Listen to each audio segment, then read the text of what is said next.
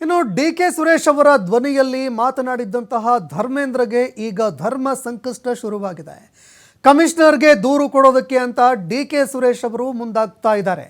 ಹೀಗಾಗಿ ಧರ್ಮೇಂದ್ರಗೆ ಈಗ ಧರ್ಮ ಸಂಕಷ್ಟ ಶುರುವಾಗಿದೆ.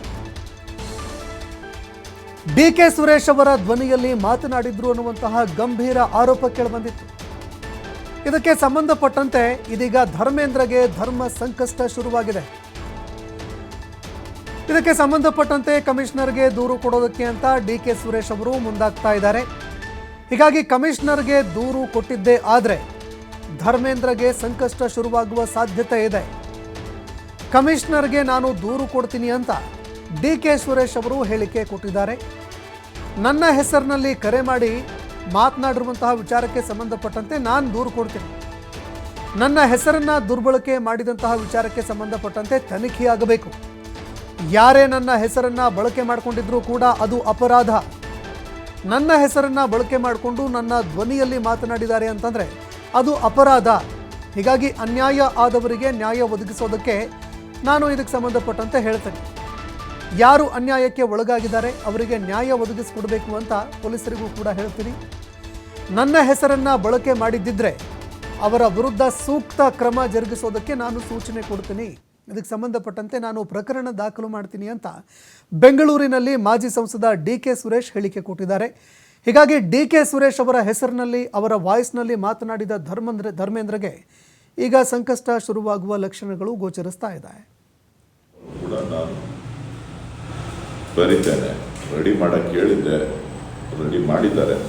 ಅದರಲ್ಲಿ ಏನಿದೆ ಸರಿಯಾಗಿ ಮಾಡಿದಾರಾ ಇಲ್ವಾ ಅನ್ನೋದನ್ನು ಗಮನಿಸಿ ಇನ್ನೊಂದು 2 ದಿನದೊಳಗಡೆ ಪೊಲೀಸ್ ಕಮಿಷನರ್ಗೆ ಪತ್ರ ಬರೆದು ಸೈನ್ ಹಾಕಿ ಕಳಿಸ್ಕೊಡ್ತೀನಿ. ಈಗ ಇದೆಲ್ಲ ಇವರೆಲ್ಲ ಸಿನಿಮಾದವ್ರು ಸೇರ್ಕೊಂಡು ಏನೇನೋ ಮಾಡ್ತಾ ಇರ್ತಾರ್ರಿ. ಏನ್ರಿ ಮಾಡ್ಲಿ ನಾನು? ಅದೇ ಈಗ ಬರೆದು ಹೇಳಿದ್ನಲ್ಲಪ್ಪ, ಪತ್ರ ಬರಿತಾ ಇದ್ದೀನಿ ಪೊಲೀಸ್ ಕಮಿಷನರ್ಗೆ ಸಂಬಂಧಪಟ್ಟಂತ ಇದ್ರ ಬಗ್ಗೆ ತನಿಖೆ ಮಾಡಿ ಅಂತೇಳಿ ಪತ್ರ ಬರಿತೀನಿ. ಅವ್ರು ನನ್ನ ಹೆಸರು ಹೇಳಿದ್ರೆ, ನನ್ನ ಹೆಸರು ಬಳಸ್ಕೊಂಡು ದುಡ್ಡು ವಸೂಲಿ ಮಾಡಿದರೆ, ನನ್ನ ಹೆಸರು ಹೇಳ್ಕೊಂಡು ಏನಾರ ಮಾಡಿತ್ತು ಅಂತ ಅಂದರೆ ಏನು ಬೇಕಾದ್ರೂ ಕ್ರಮ ತಗೊಳ್ಳಿ ಅಂತ ಹೇಳ್ತೀನಿ. ನಿಮಗೆ ಕಳಿಸ್ತೀನಿ, ಪತ್ರನೂ ಕಳಿಸ್ತೀನಿ. ನನ್ನ ಹೆಸರನ್ನು ಯಾರು ದುರ್ಬಳಕೆ ಮಾಡಿಕೊಂಡಿದ್ದಾರೆ ಅವ್ರ ಮೇಲೆ ಸೂಕ್ತ ಕ್ರಮ ತಗೊಳ್ಳಿ ಅಂತೇಳಿ ಪತ್ರವನ್ನು ಕೂಡ ನಾನು ಬರೀತೇನೆ. ರೆಡಿ ಮಾಡೋಕ್ಕೆ ಹೇಳಿದ್ದೆ, ರೆಡಿ ಮಾಡಿದ್ದಾರೆ. ಅದರಲ್ಲಿ ಏನಿದೆ ಸರಿಯಾಗಿ ಮಾಡಿದಾರಾ ಇಲ್ವಾ ಅನ್ನೋದನ್ನು ಗಮನಿಸಿ ಇನ್ನೊಂದು 2 ದಿನದೊಳಗಡೆ ಪೊಲೀಸ್ ಕಮಿಷನರ್ಗೆ ಪತ್ರ ಬರೆದು ಸೈನ್ ಹಾಕಿ ಕಳಿಸ್ಕೊಡ್ತೀನಿ.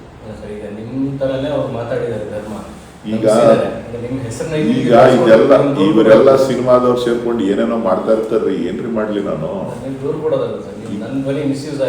ಅದೇ ಈಗ ಬರೆದು ಹೇಳಿದ್ನಲ್ಲಪ್ಪ, ಪತ್ರ ಬರಿತಾ ಇದ್ದೀನಿ ಪೊಲೀಸ್ ಕಮಿಷನರ್ಗೆ ಸಂಬಂಧಪಟ್ಟಂತ ಇದ್ರ ಬಗ್ಗೆ ತನಿಖೆ ಮಾಡಿ ಅಂತೇಳಿ ಪತ್ರ ಬರಿತೀನಿ. ಅವ್ರು ನನ್ನ ಹೆಸರು ಹೇಳಿದ್ರೆ, ನನ್ನ ಹೆಸರು ಬಳಸ್ಕೊಂಡು ದುಡ್ಡು ವಸೂಲಿ ಮಾಡಿದರೆ, ನನ್ನ ಹೆಸರು ಹೇಳ್ಕೊಂಡು ಏನಾರ ಮಾಡಿತ್ತು ಅಂತ ಅಂದರೆ ಏನು ಬೇಕಾದ್ರೂ ಕ್ರಮ ತಗೊಳ್ಳಿ ಅಂತ ಹೇಳ್ತೀನಿ. ನಿಮಗೆ ಕಳಿಸ್ತೀನಿ, ಪತ್ರನೂ ಕಳಿಸ್ತೀನಿ.